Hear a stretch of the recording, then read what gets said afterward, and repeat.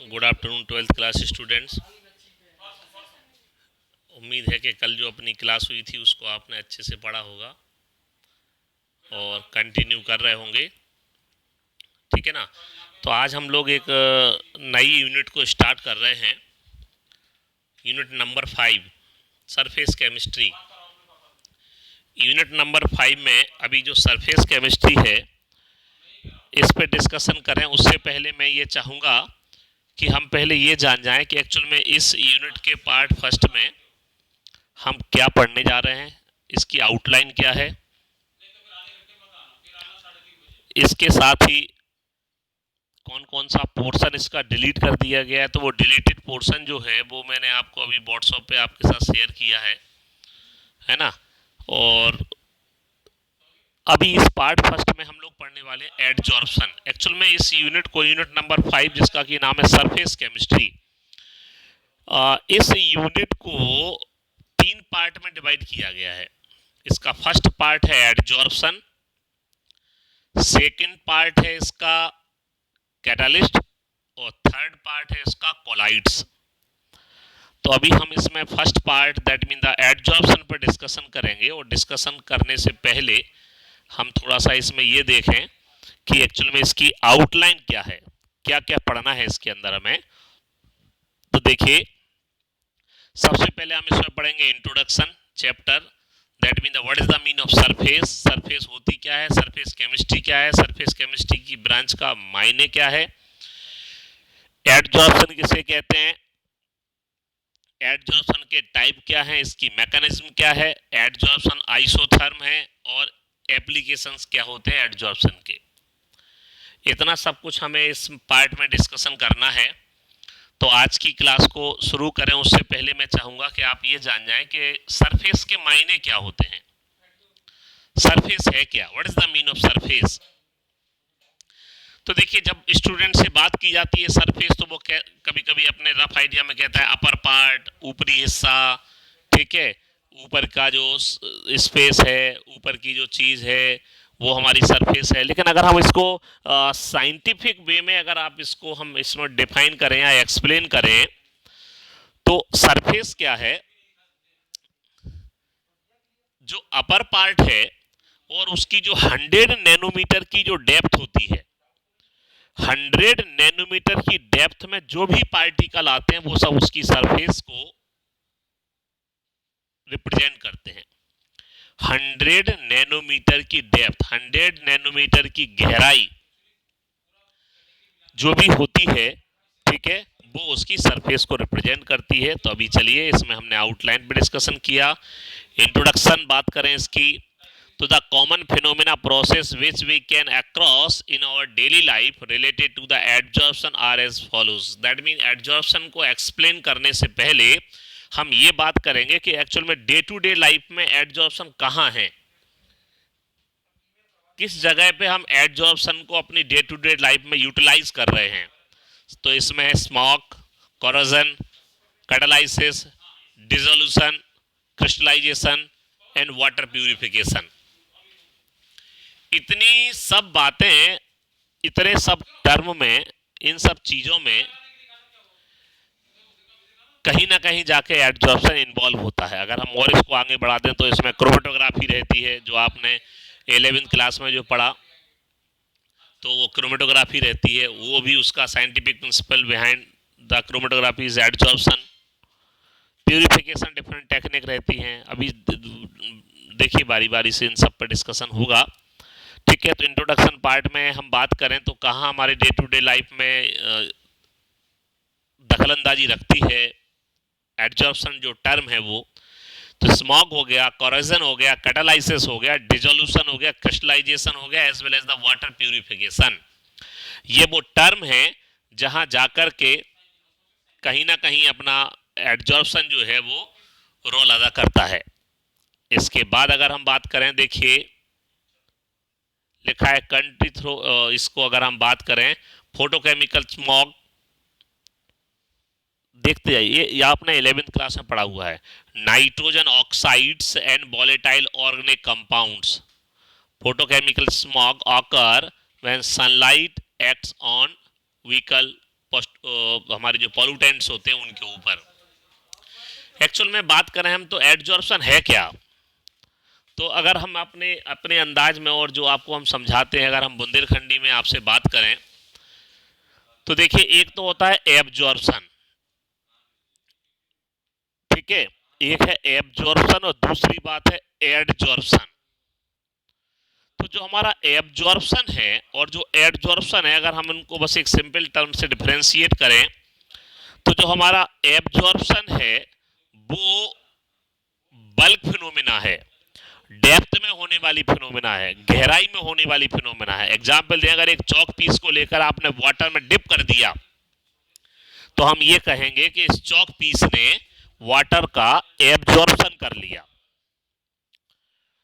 और अगर हम उसी इंक के पीस के ऊपर, सॉरी उसी चौक पीस के ऊपर अगर हम एक इंक का स्पॉट लगा दें तो हम ये कहेंगे कि उस चौक पीस ने इंक का एब्जॉर्प्शन किया है। दैट मीन अगर हम आपको अपने उसी अंदाज में समझाएं तो जो एब्जॉर्प्शन है वो केवल बाहर बाहर का बुलौगा है, और जो एब्जॉर्प्शन है वो भीतर बाहर का बुलौगा है।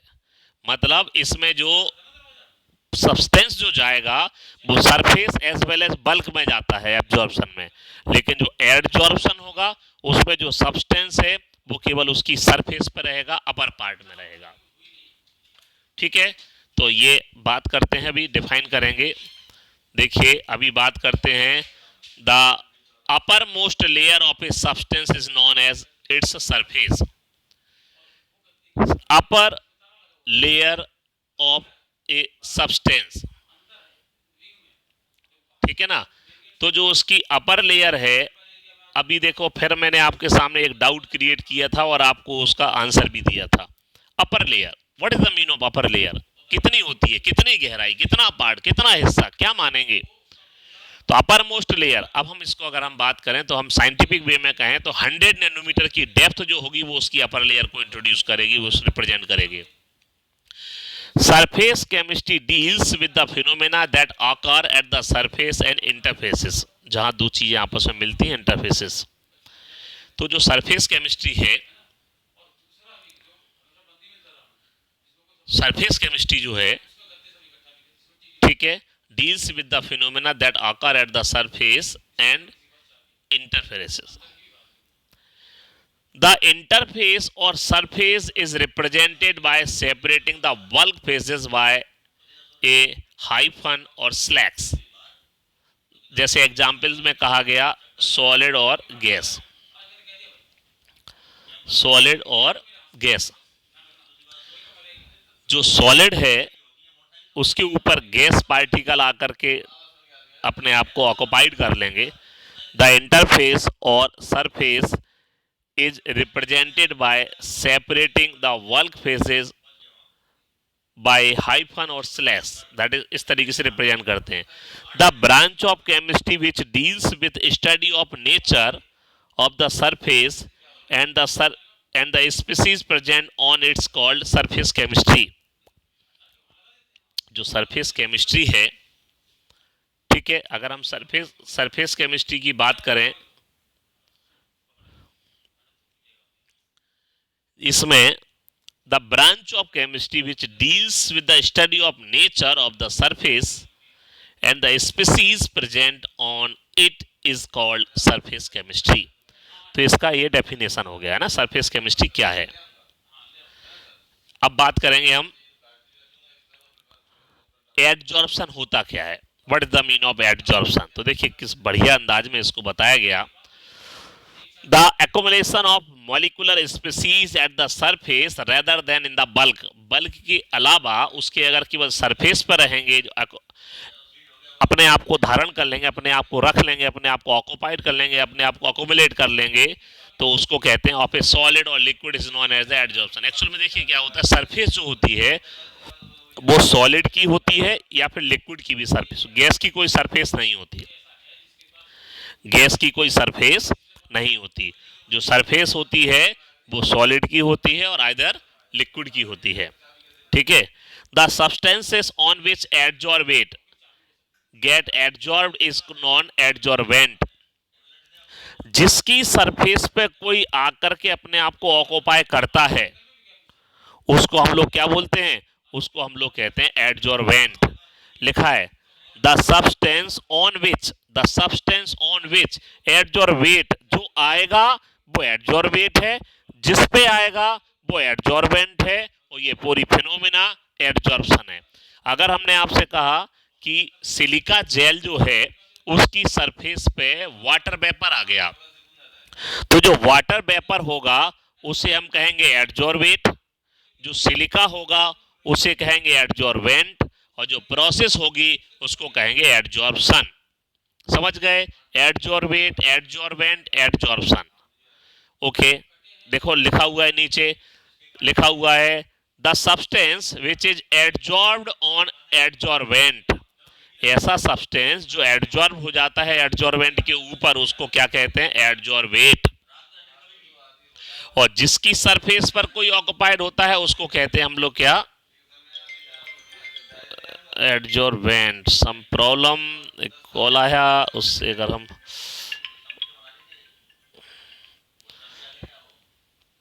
चलिए इसको अगर हम कंटिन्यू करें, थोड़ा सा हमारे बाबा सर का कॉल आया, बाबा सर का कॉल आया इसलिए थोड़ी सी प्रॉब्लम हुई है ना। अभी इसको फिर थोड़ा सा हम आपसे कंटिन्यू करते हैं इसी को।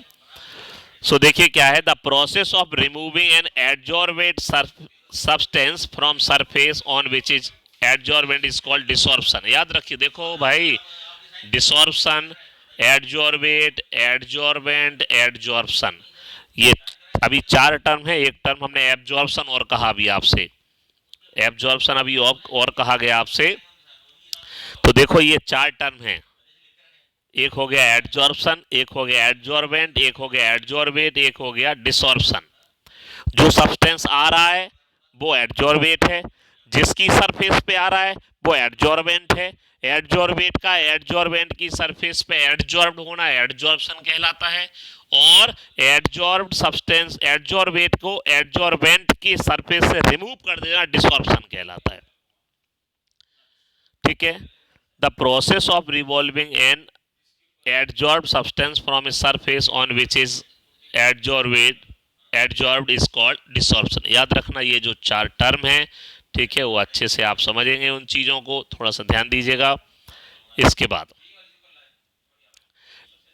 एब्जॉर्प्शन और एडजॉर्प्शन में डिफरेंस क्या है, what are the difference between the absorption and adsorption. तो एब्जॉर्प्शन में देखिए क्या है, पार्टिकल ऑफ गैस और liquid get uniformly distribute throughout the body, throughout the body. Adsorption में क्या लिखा है, it is the phenomena of higher concentration of particles of gases और liquid on the surface only. So we know that the absorption is the bulk phenomena and the adsorption only a surface phenomena. Now next one is the concentration is the same throughout the material, concentration same throughout the material, लेकिन यहाँ क्या होगा, the concentration on the surface of the adsorbate is different from in the bulk, bulk से अलग होगा, क्योंकि adsorption में जो substance आएगा वो केवल उसकी surface पे आएगा, डेप्थ में नहीं जाएगा। लिखा है लास्ट में third one, the absorption occur eight uniform rate, ये एक जैसी रेट में होता है, थ्रू आउट द बल्क होता है। और जो एब्जॉर्प्शन है is rapid in the beginning, starting में रैपिड होता है, जल्दी होता है, क्विक होता है, फास्ट होता है। ठीक वैसे ही जैसे अगर किसी रूम में अगर जगह पड़ी हुई है और स्टूडेंट्स को आदेश दिया जाए कि जाओ जल्दी से बैठो, तो स्टार्टिंग में बैठने की जो स्पीड होगी, रेट होगी, वो फास्ट होगी, लेकिन जैसे जैसे कमरा भर जाएगा और जो कोई लेट कमर होगा तो उसे फिर बैठने में देरी लगेगी, क्योंकि उसको स्पेस देखने पड़ेंगे। हाई कंसंट्रेशन ऑलरेडी हो जाएगी तो उसे उस स्पेस को देखना पड़ेगा कि आखिर कौन सी जगह खाली पड़ी है जहां जाकर हम अपने आप को विराजमान कर लें। ठीक है ना, तो ये इसके डिफरेंसेस हो गए एब्जॉर्प्शन एंड एडजॉर्प्शन में। नाउ नेक्स्ट वन लिखा है एनर्जेटिक्स ऑफ एडजॉर्प्शन। अगर इसकी बात करें थोड़ा सा ध्यान दीजिएगा, इंपॉर्टेंट टर्म है। लिखा है we know that for a process to be spontaneous, okay बाद में देखते हैं भाई, we know that for a process to be spontaneous the process must satisfied the below mention criteria. जैसा कि हम 9th 11th क्लास में पढ़ चुके हैं, जो स्पॉन्टेनियस प्रोसेस होती है जो स्पॉन्टोनियस प्रोसेस होती है उनकी ये कंडीशन है, डेल्टा एच नेगेटिव होना चाहिए, डेल्टा एस नेगेटिव होना चाहिए, डेल्टा जी नेगेटिव होना चाहिए। आपको मालूम है या हम फिर से रिमाइंड करें आपको, एच एंथैल्पी होती है, एस एंट्रोपी होती है और जी गिब्स एनर्जी होती है। और we will also discuss about the Gibbs Helmholtz equation, delta G equal to delta H minus T delta S, delta G equal to delta H minus T delta S. So ये इनका energy के adsorption के term हैं, negative positive etcetera etcetera values हैं। ठीक है, आगे देखिए, टाइप ऑफ एड्जॉर्प्शन, एक फिजिकल एड्जॉर्प्शन होता है, दूसरा केमिकल एड्जॉर्प्शन होता है। ध्यान से सुनिए, फिजिकल एड्जॉर्प्शन है, केमिकल एड्जॉर्प्शन है। इसको अलग अलग तरीके से नाम जो होता है, वॉन्डरवॉल एड्जॉर्प्शन भी कहते हैं, रिवर्सिबल भी कहते हैं, इंटरमोलिकुलर फोर्सेस ऑफ अट्रैक्शन के अकॉर्डिंग होता है, एक्सोथर्मिक इन नेचर होता है।